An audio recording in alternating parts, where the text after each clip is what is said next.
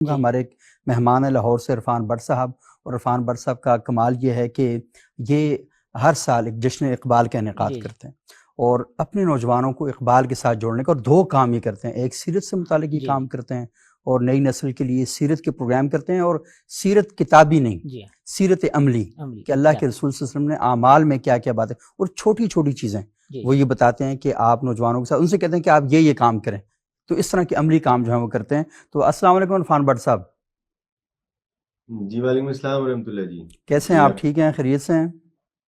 الحمدللہ اچھا بٹ الحمدللہ۔ صاحب، مجھے تھوڑا سا بتائیے گا کہ آپ جیسے نوجوانوں کو دیکھ کر بڑی خوشی ہوتی ہے اور تھوڑی تقویت بھی ملتی ہے کہ ہمارا معاشرہ اتنا بھی بانج نہیں ہے جتنا صبح و شام گلیوں میں، چوکوں میں، چوراہوں میں ہمارے جو لوگ باتیں کرتے رہتے ہیں، اور آپ جیسے نوجوان اس سوسائٹی کے اندر موجود ہیں۔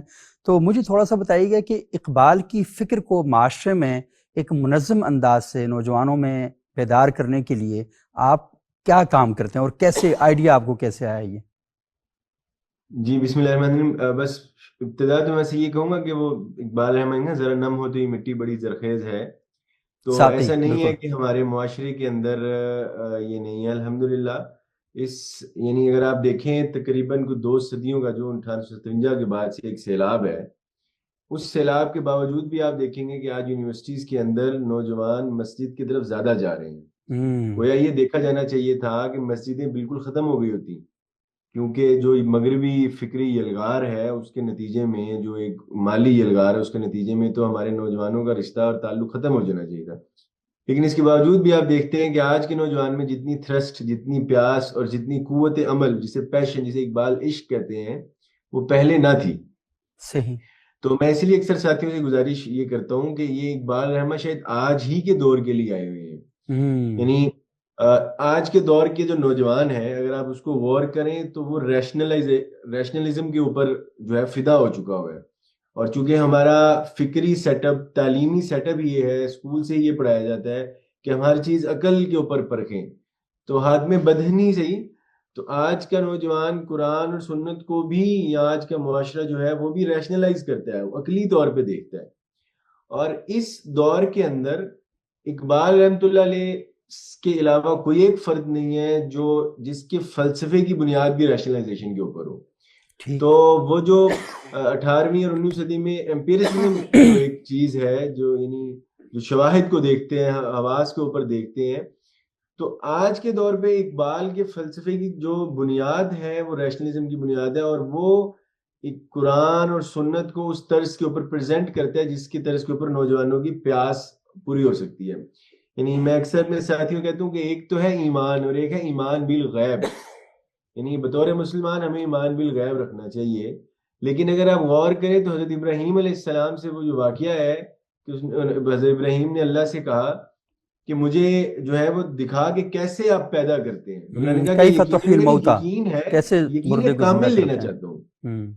اس کو صوفیہ کے ٹرمز میں ایک عین الیقین جو ہے وہ کہا جاتا ہے۔ تو یہ جو ریشنلائزیشن ہے یہ بھی ہمارے ایمان کو متزلزل نہیں کرتا، بلکہ اس ایمان کے اوپر یکسوئی لاتا ہے۔ صحیح۔ تو اقبال کا فلسفہ آج کے دور میں سب سے زیادہ، یعنی میں سمجھتا ہوں کہ قریب ہے نوجوانوں کو دین اور مذہب سے جوڑنے کے۔ اور تو کوئی میرے ایسے نزدیک لوگ ہونے آج کے چاہیے دور میں کہ جو سب سے زیادہ نوجوانوں کو ریلیونٹ ہے اقبال جتنا پہلے تھا۔ اس کے ساتھ جوڑیں، کیونکہ قرآن بھی تو یہی کہتا ہے نا بار بار، افلا تعقلون افلا یتدبرون، تو بار بار یہی والی بات کرتا ہے کہ سوسائٹی میں جب ریشنلزم نہیں ہوگا تو لازمی ہے پھر سوالات بہت سے جنم دیں گے۔ ہر ذہن کو آپ محض روایتوں سے قائل اور مطمئن نہیں کر سکتے، تو آپ کو سوالات کی دنیا میں غوطہ زن کر کے وہاں سے کوئی جواب لانے ہوں گے۔